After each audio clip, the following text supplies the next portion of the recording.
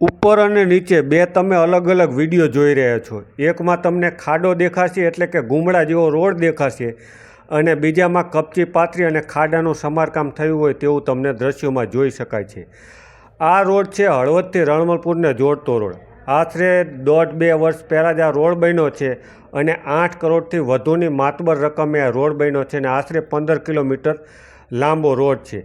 આ રોડની વાત કરીએ તો હળવદથી શરૂઆત કરીએ તો વેગળવાવ પછી ત્યારબાદ નવું વેગળવાવ આવે, માલણિયાદ આવે, મંગળપુર આવે, ઘણાંદ આવે, રણમલપુર આવે અને આજુબાજુમાં અલગ અલગ ગામોમાં રસ્તા પણ અહીંથી પસાર થાય છે અને અસંખ્ય વાહનો અહીંથી પસાર થતા હોય છે। અને આ રોડ પર ખાડા પડી ગયા હોવાનો અહેવાલ પ્રસારિત કર્યા બાદ તંત્ર હરકતમાં આવ્યું છે અને અલગ અલગ જગ્યાએ ખાડાનું સમારકામ કર્યું છે। પરંતુ જે પ્રકારે ખાડાનું સમારકામ થયું છે તેવી જ રીતે આજુબાજુમાં ઉગી નીકળેલા બાવળિયાઓ સાથે જ પાણીના નિકાલ માટે યોગ્ય કેનાલ સહિતનું કામકાજ કરવામાં આવશે કે કેમ તેના સવાલો ઉઠી રહ્યા છે।